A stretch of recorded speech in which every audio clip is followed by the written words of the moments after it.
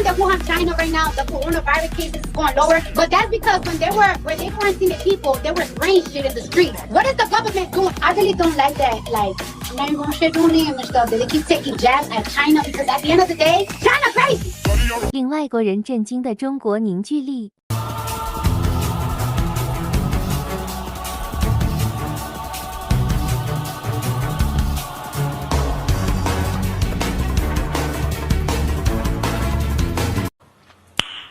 Nice.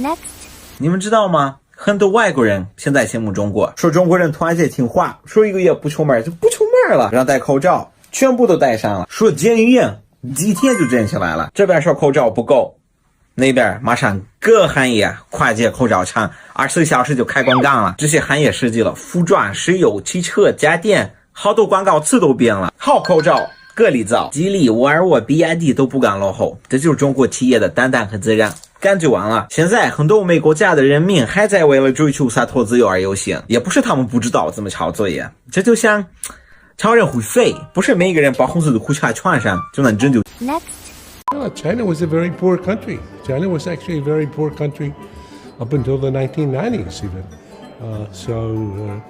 The idea of China as the largest economy in the world was an unbelievable idea in 1980 or 1990, even for most people in 2000. But China's rise has been the most spectacular event in the world in the last 25 years. I would say that's a great success story for the world. And as the president of the World Bank said just at the last session, over these 40 years, 800 million people who used to be very, very poor now are not poor, and some are middle class, some are even wealthy. So what a fantastic... Next. I think it's even safer than Germany. I feel very safe in China. Very comfortable walking at night. I have no problem walking alone in the street. There's not a lot of aggression in China. Every time you want to take a train in China, you have to pass a security check. When you are a woman, you don't scared to live in China because I think everybody respects women here. It's not like sometimes in France, if it's late, you don't want to go outside alone. And it's legal in some jurisdictions to have guns, and to me, it's a very bad thing. It's a failure of public policy, which should not be allowed, but we have it. My personal feeling, I don't feel unsafe anywhere, but I think that it's probably safer to be in a city in China than in a city in the US. Next. 有那么个人活在我飞扬的青春，在泪水里浸湿过的 Next. Apple has a rich history with China, and you have a rich history with China because you've been traveling here a long time. Could you share a thought on that and also reflect on what has changed? Yeah, I came to China for the first time in maybe a quarter century ago. So that's the reason my hair is gray by now. And it's just been a sea change. I mean, you think about it now, some of the most modern cities in the world are in China. In the mid-90s, you wouldn't find any modern cities of the world here. the infrastructure that is going on in China, whether you know it from the moment you land in the airport to the roads, is just extraordinary. The most modern in the world, arguably. Next. It's, to me, the perspectives are different.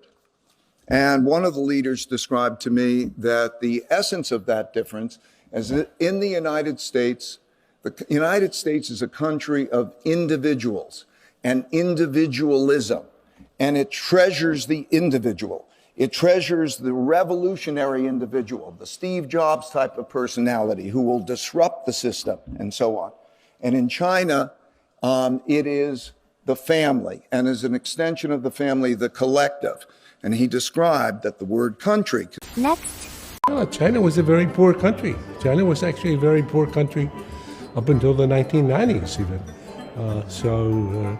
The idea of China as the largest economy in the world was an unbelievable idea in 1980 or 1990, even for most people in 2000.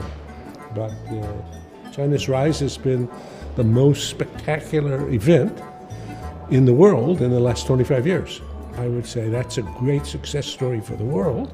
And as the president of the World Bank said just at the last session, over these 40 years, 800 million people who used to be very, very poor now are not poor, and some are middle class, some are even wealthy.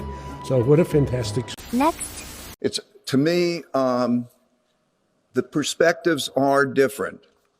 And one of the leaders described to me that the essence of that difference is that in the United States is a country of individuals and individualism, and it treasures the individual. It treasures the revolutionary individual, the Steve Jobs type of personality who will disrupt the system and so on.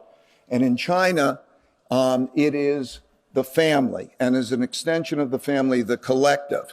And he described that the word... Next. I'm in China for you with a million stats and examples defending or supporting this question. Left his credit card or his debit card in the ATM machine at a bank, not even his bank, and he got it back. I don't know, people just don't steal things here. That is something I've learned. You know, they say that there's cameras everywhere in China, and honestly there are, and I actually kind of like that, because if you get hit by a car, if you get in any sort of trouble, there's a camera proof giving you evidence that you got robbed or you got into trouble. Next.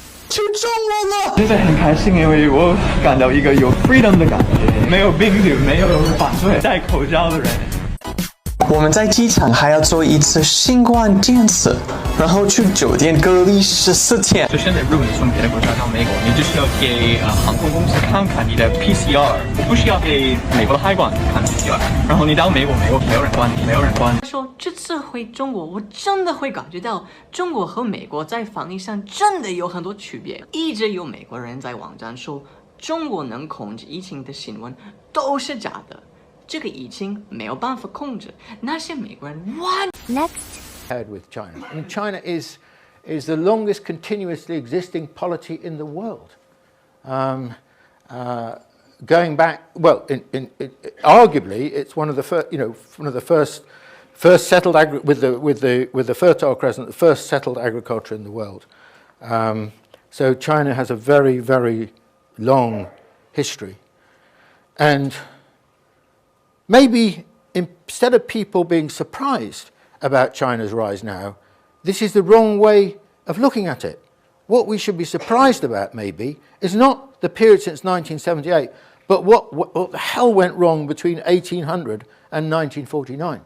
Because for the most of the rest of the thousands of years of Chinese history, it was arguably one of, and often the most advanced country in the world. So you could say it is a return to what China is, and Chinese think of it like this in many ways. We are returning to where we have always been. Next. It's called the 100 Years of Shame. Now, you'll never hear your so-called scholars talk about this. Understand, Uncle D's the first one putting you on game. The Chinese people teach their children, their young people, something called the 100 Years of Shame. The 100 Years of Shame is the period in which they say, right, and they teach, and they believe this to their core, that China should be ashamed of itself, because in this 100 years, China worked to the benefit of other groups and against the benefit of the Chinese. And they teach their children that this should never, ever, ever, ever happen again. That at no point ever should China accept the ways of other people over their own. That no way should the Chinese people ever allow their nation to work better for other people, all while doing harm to their own citizens. This is why China has risen. Next. 我一开始的时候我觉得太过分，因为我是从2月中旬从日本出差回来的，然后2月中旬从日本回来的时候，回到家的时候，那个保安，我们家的保安跟我说，如果你进去这个小区的话，必须得要隔离2个星期。为什么要隔离2个星期？完全不能理解，所以我生气了。那个时候就吐槽了。但是现在看来的话，今天是新增感染者0的连续16天吧，所以那个措施很对的。好多日本电视台的主持人问我，这个对策虽然很好，但是有没有人反对？因为日本人的话肯定一半反对的，肯定一半反对。但是，所以大家非常的好奇，为什么中国人没有反对这个严格的措施？所以这个中国人。Next. Chinese say when they meet one another, "Have you eaten? Have you eaten?" That's a salutation. No, they know what hunger is. So every time he meets a person, say, "Have you eaten? If you haven't, whatever is there, come, sit down, eat." I want to review with some clever guys here, see if you can better that. That's the humility, the compassion that he has for human beings. Next. And being a part of it, being in China during this outbreak and seeing how the Chinese deal with it is actually amazing. They when the shit hits the fan, they quarantine.